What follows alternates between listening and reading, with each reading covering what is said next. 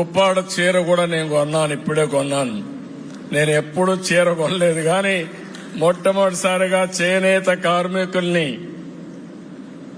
ప్రోత్సహించడానికి మా మిస్సెస్ కూడా గుర్తొస్తే 2 చీరలు కొన్నాను. ఒకటి ఉప్పాడ, ఒకటి ధర్మవరం అని చెప్పి నేను మీకు తెలియజేస్తున్నా. ఈరోజు ధర్మవరం ఉప్పాడ ఇవన్నీ కూడా మనకు కొన్ని క్లస్టర్స్ ఉన్నాయి.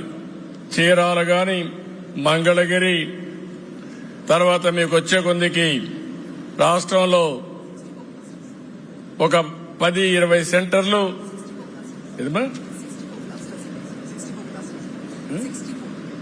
64 క్లస్టర్స్ ఉన్నాయి మనకు. నేను ఎమ్మెల్యేగా ఉన్నప్పుడు ఏదైతే శ్రీకాకుళం పొందూరు కద్దరు, అప్పట్లో ఆ షాపు పోయి హైదరాబాద్ లో ఉంటే ఎమ్మెల్యేలుగా ఉండి ఆ పొన్నూరు కద్దరు కొనేవాళ్ళం. ఇవన్నీ కూడా మనకు ఒక 64 క్లస్టర్స్ ఉన్నాయి. ఎక్కడ చూసినా ఒక 100 కుటుంబాలు, 200 కుటుంబాలు ఇప్పుడు కూడా పనిచేస్తున్నారు. ఇవి కాకుండా కొన్ని దిక్కల విడివిడిగా ఉన్నారు.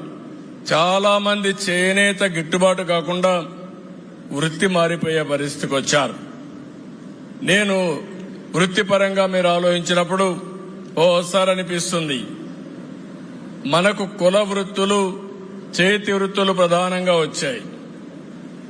వంశ పారంపర్యాలుగా మనం ఒకసారి చూస్తే గ్రామాల్లో ఇంత డెవలప్మెంట్ జరగనప్పుడు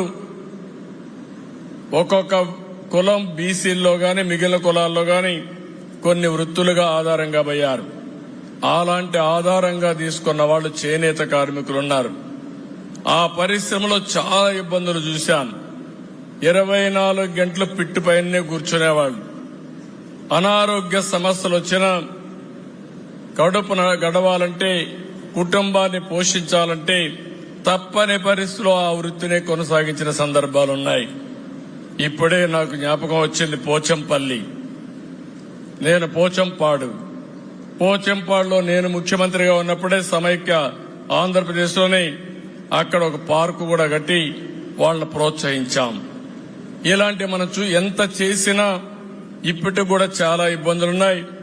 ఈ మధ్య కాలంలో ప్రపంచంలోనే అనేక మార్పులు వచ్చాయి. మొత్తం ఇప్పుడు మళ్లీ ఒకప్పుడు అందరూ కూడా ఏవైతే ఇండస్ట్రియల్ కాటన్కి పోయినప్పుడు ఇప్పుడు మళ్లీ నేచురల్ కలర్స్ రావాలని, కద్దరే వాడాలని, చేనేత కట్టుకోవాలని కొత్త ఆలోచన వచ్చింది.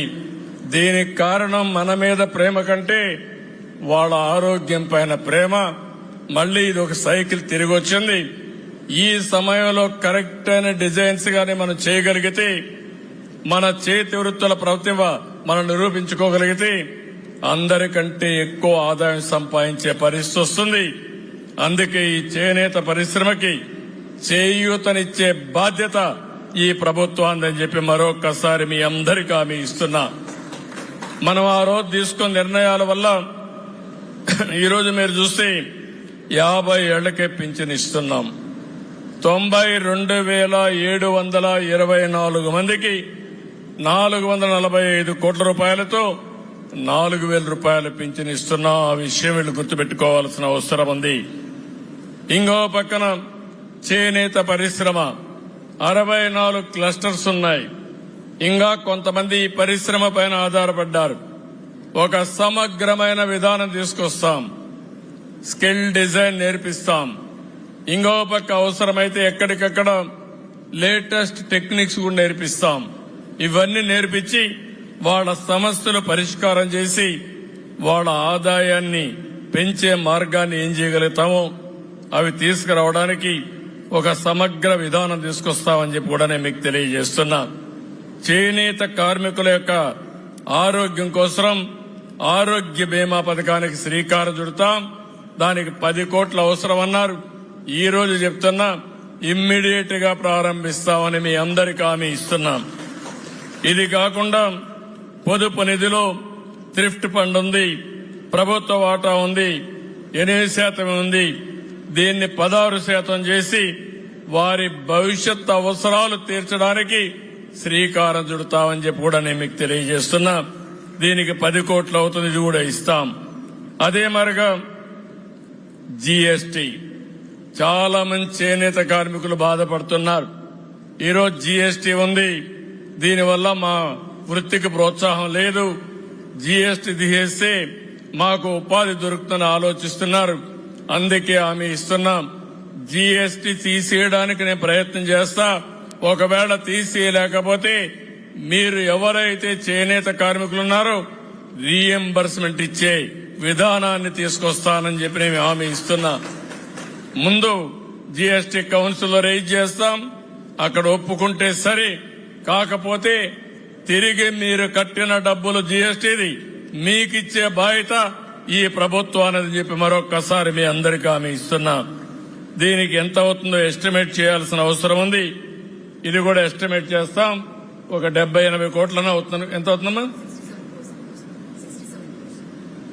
రఫ్ గా మన వాళ్ళు చెప్పింది 67 కోట్లని.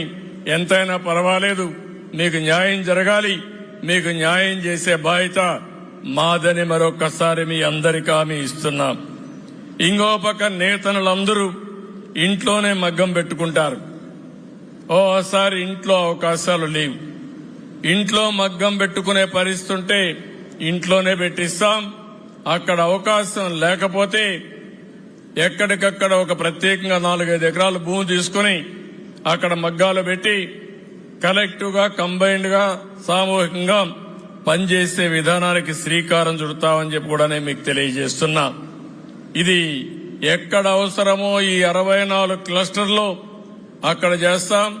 ఒకవేళ ఈ 64 క్లస్టర్లో మీకు ఇండ్లు కూడా లేకపోతే అలాంటి వారికి కొత్తగా ప్రభుత్వం 4,30,000 రూపాయల ఆర్థిక సహాయం చేస్తా ఉంది. అందులో మీకు ఇల్లు కట్టించే కార్యక్రమాన్ని చూస్తాం. అవసరమైతే చేనేత కార్మికులకి ఇంకొక 50,000 రూపాయలు అదనంగా కావాలంటే ఇచ్చి ప్రత్యేకంగా మగ్గాలు ఏర్పాటు చేసే బాధ్యత ఈ ప్రభుత్వం తీసుకుంటామని చెప్పి కూడా నేను మీకు తెలియజేస్తున్నా. ఇది కాకుండా ఈ రోజు మీరు చూస్తే మీ ఉత్పత్తులకు మెరుగైన ధర రావాలంటే బ్యాక్వర్డ్ ఫార్వర్డ్ లింకేజ్, అంటే నూలు దగ్గర నుంచి, కలర్స్ దగ్గర నుంచి మీరు అమ్ముకునే వరకు ఏమేం చేయాలో అవన్నీ చేయడం కోసం ముందుకు పోతామని చెప్పి కూడా నేను మీకు తెలియజేసుకుంటున్నాను.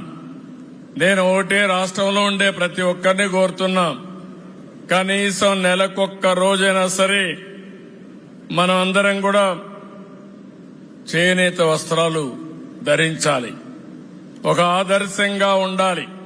మళ్లీ మళ్లీ పిలిపిస్తున్నాం, చేనేత పరిశ్రమను కాపాడడం మన బాధ్యత. తద్వారా మన ఆరోగ్యం కూడా మెరుగవుతుంది.